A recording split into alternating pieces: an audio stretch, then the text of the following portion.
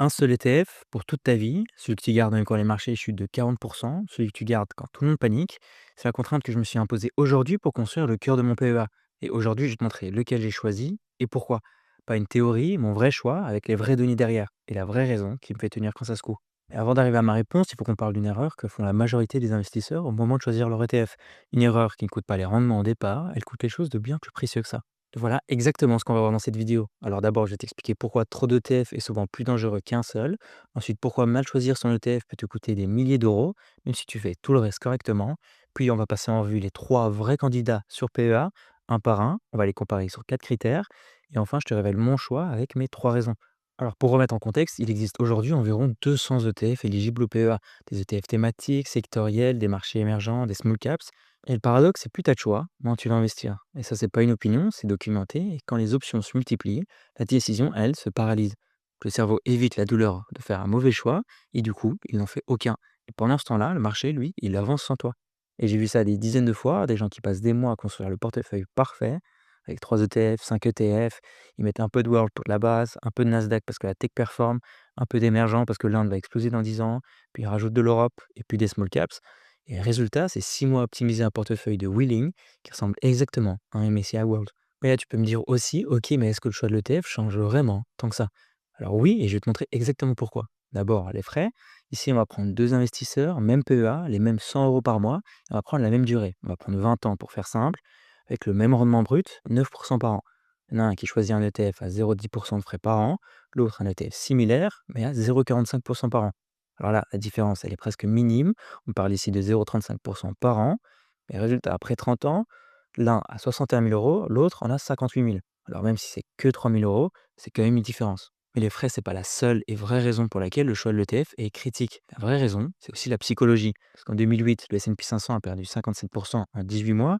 Dans les années 2000-2002, près de 50% sur 2 ans. Et en mars 2020, 34% en un seul mois. Et la seule chose qui empêche un investisseur de vendre dans ces moments-là, c'est pas la performance passée de son ETF, c'est pas le TER, c'est la conviction. La conviction en ce qu'il détient, que les entreprises dans lesquelles il est investi vont continuer à tourner après la crise. Un investisseur qui comprend dans quoi il investit reste souvent investi. Et celui qui a empilé des ETF sans vraiment savoir pourquoi, lui, va vendre au pire moment. Et là, c'est plus de l'argent qu'il perd, c'est des années de performance. Sur un PEA, des ETF éligibles, il y en a beaucoup. Mais si on parle d'un seul ETF capable de servir de socle long terme, pour moi, il y a surtout deux vrais candidats, mais on peut en rajouter un troisième sur la table quand même. Le MSCI World, le S&P 500 et un ETF Europe. Tous les autres, donc le Nasdaq, des small caps, les marchés émergents ou les thématiques, sont soit trop concentrés, soit trop volatiles, soit trop spécialisés pour servir de base unique. Certains peuvent avoir leur place en satellite, mais pas comme socle. Ces trois-là, oui. Et pour les différencier, on va comparer avec quatre gros critères. Commençons par le critère que tout le monde regarde en premier, la diversification. Alors le MSCI World suit environ 1500 entreprises dans 23 pays développés. On a les États-Unis, le Japon, le Canada, l'Australie, les pays en Europe, la Suisse, et le Royaume-Uni. Alors sur le papier, c'est la diversification maximale, mais voilà ce que beaucoup de gens ne réalisent pas. C'est que le MSCI World est composé à environ 70% d'actions américaines et 85% des entreprises du top de l'indice figurent aussi dans le S&P 500. Donc ça veut dire que les deux tiers de ton investissement dans un ETF World vont dans les mêmes entreprises que dans un S&P 500. Alors c'est pas le monde entier, c'est l'Amérique avec une pincée Europe et du Japon. Le S&P 500, lui, c'est 500 entreprises. Un seul pays, les États-Unis, c'est concentré géographiquement, oui, mais les entreprises du S&P 500 réalisent leur chiffre d'affaires partout dans le monde. Apple fait 57% de son chiffre d'affaires hors des États-Unis. Microsoft, Amazon, Alphabet, même chose. Investir dans le S&P 500, c'est pas forcément investir que dans l'Amérique, c'est aussi investir dans les entreprises qui dominent l'économie mondiale ou qui se trouvent être américaines. C'est une nuance quand même importante à comprendre. Et enfin, l'ETF Europe, lui, c'est quelques centaines d'entreprises sur une seule zone géographique. On a LVMH, Nestlé, SAP, Novo Nordisk, Total. C'est des boîtes solides, mais une zone qui souffre structurellement d'un déficit d'entreprises technologiques de grande taille. Et le deuxième critère important à prendre en considération, c'est la performance. Et sur les 30 dernières années, le S&P 500 affiche en moyenne environ 10,8% par an, 18 ans réinvestis. Le MSCI World tourne autour de 8,1% sur la même période. Et un ETF Europe se situe structurellement derrière, souvent entre 6 et 7%. Alors, pourquoi cet écart? Et c'est très facile à expliquer, c'est la domination technologique. Les 10 plus grandes entreprises du S&P 500 représentent plus de 36% de l'indice. Et ces entreprises ont généré des rendements exceptionnels depuis 2010. Le MSCI World est lesté par l'Europe et le Japon. C'est des zones économiquement stables, des entreprises rentables et qui n'ont pas produit la même dynamique de croissance que la tech américaine. Et le troisième gros critère, c'est les frais. Celui-là, je le traite vite parce que la différence existe, mais elle est moins déterminante que beaucoup ne le pensent, à condition de choisir les bons ETF. Pour un ETF S&P 500 sur PEA, les meilleurs sont autour de 0,10 à 0,15% par an. Pour un MSCI World, on est plus autour de 0,20 à 0,25. Et un ETF Europe, on est entre 0,12 et 0,20% de frais par an. On parle d'écart de 0,5 à 0,15% par an. Ce qui compte davantage, c'est la liquidité, la qualité de réplication, l'absence de tracking error. Et sur ces critères, les meilleurs ETF S&P 500 et MSCI World sont à peu près au même niveau. Et enfin, le quatrième et gros critère intéressant à prendre en compte, c'est la compréhension et la conviction. Et pour moi, c'est ici que tout se joue vraiment. La compréhension, c'est simple, c'est est-ce que je peux expliquer en 30 secondes ce que je tiens vraiment dans la main. Le S&P 500, j'ai investi dans les 500 plus grandes entreprises américaines, Apple, Microsoft, Amazon, Alphabet. En 10 secondes, c'est clair, net et précis. Quand les marchés bougent, je vais comprendre pourquoi. Si la Fed remonte les taux, les valorisations tech vont baisser. Nvidia publie des résultats records, l'indice va monter. Et cette clarté semble anodine en période normale.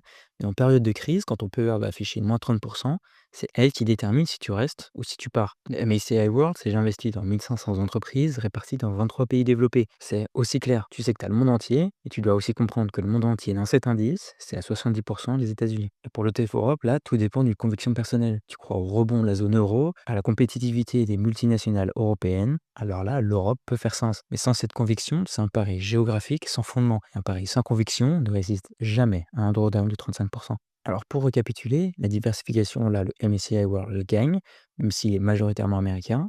Pour la performance, le S&P 500 la gagne largement. Pour les frais, ils ont tous des frais assez bas, à condition de prendre les bons. Pour la compréhension et la conviction, ça, c'est personnel. Et aussi un point important à prendre en compte, c'est que le meilleur ETF, c'est pas forcément celui qui a le meilleur rendement historique, c'est celui que tu gardes. Parce que le vrai test d'un ETF, c'est pas le jour où tu l'achètes, c'est le jour où ton portefeuille affiche moins 30% et que tu dois décider est-ce que je reste ou est-ce que je craque. Parce qu'un ETF à 10,8% de rendement annuel moyen que tu vas en panique et à moins 30%, tu as rapporté combien? Rien. Et un ETF à 8% que tu gardes 20 ans sans vendre, sans dévier, peut te faire bien plus de bien qu'un meilleur indice qui t'abandonne au pire moment. Et ça, c'est aussi le paradoxe de l'investissement. Alors juste avant de te donner mon choix, dis-moi dans les commentaires si tu devais choisir un seul ETF pour ton PEA, tu choisirais lequel? Alors mon choix pour le cœur de mon PEA, c'est le S&P 500. Et il y a 3 grosses raisons. La première, c'est la simplicité. Le S&P 500, c'est les 500 plus grosses entreprises américaines. Il y a Apple dedans, Microsoft, Amazon, Google, Nvidia. Et ça, c'est des noms que tu vois tous les jours. Et tu n'as pas besoin d'un tableau Excel pour comprendre dans quoi tu es investi. Et là, tu n'es pas dans le flou. Et ça, pour moi, ça change tout. Parce que le jour où ton portefeuille fait moins 30%, c'est pas la performance qui te fait tenir, c'est ta compréhension. Et la deuxième grosse raison, c'est la performance. Alors sur les 30 dernières années, c'est 10,8% annuel. Sur les 10 dernières années, on est plus autour de 12,5%. Aucun gérant actif ne bat ça de manière consistante sur 20 ans. Et ça, c'est une réalité statistique. Cette performance a été produite à travers des guerres, des crises financières, des pandémies, des bulles qui éclatent, et à chaque fois, l'indice a fini par remonter. Alors, est-ce que ça va continuer? Ça, je ne sais pas, et ça, personne ne peut le savoir. Et évidemment que les performances passées ne présagent en rien les performances futures, mais c'est une base suffisamment solide pour construire dessus sur 20 ans. Et la troisième et dernière raison pour laquelle j'ai choisi le S&P 500, c'est ma conviction. C'est que je crois que les entreprises qui dominent l'économie mondiale dans les 20 prochaines années seront, pour la grande majorité en tout cas, encore américaines.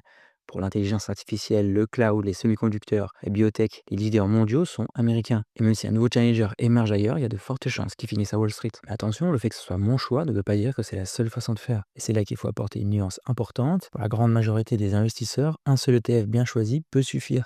Investi régulièrement pendant 20 ans, c'est une stratégie solide, documentée et suffisante. Mais il y a deux cas où ajouter un deuxième ETF peut avoir du sens. Le premier cas, c'est si l'idée d'être exposé presque uniquement aux États-Unis t'empêche de dormir. Alors dans ce cas-là, il vaut mieux construire un portefeuille légèrement moins optimal sur papier, mais qui va savoir tenir dans le temps. Alors, tu peux choisir un ETF MSCI World pour diluer cette exposition. Mais attention, comme je l'ai dit, le World contient déjà 70% d'actions américaines. Donc tu ne sors pas vraiment des États-Unis. Donc si tu veux vraiment réduire cette exposition, oriente-toi vers un ETF Europe ou marché émergent, mais avec une conviction réelle. Ensuite, le second, c'est si tu as une conviction précise et défendable sur une autre zone ou sur un autre segment de marché. Tu crois au rattrapage des valorisations des marchés européens, alors un ETF Europe peut avoir sa place. Tu crois à la croissance de l'Inde et de l'Asie du Sud-Est, alors un ETF marché émergent peut compléter.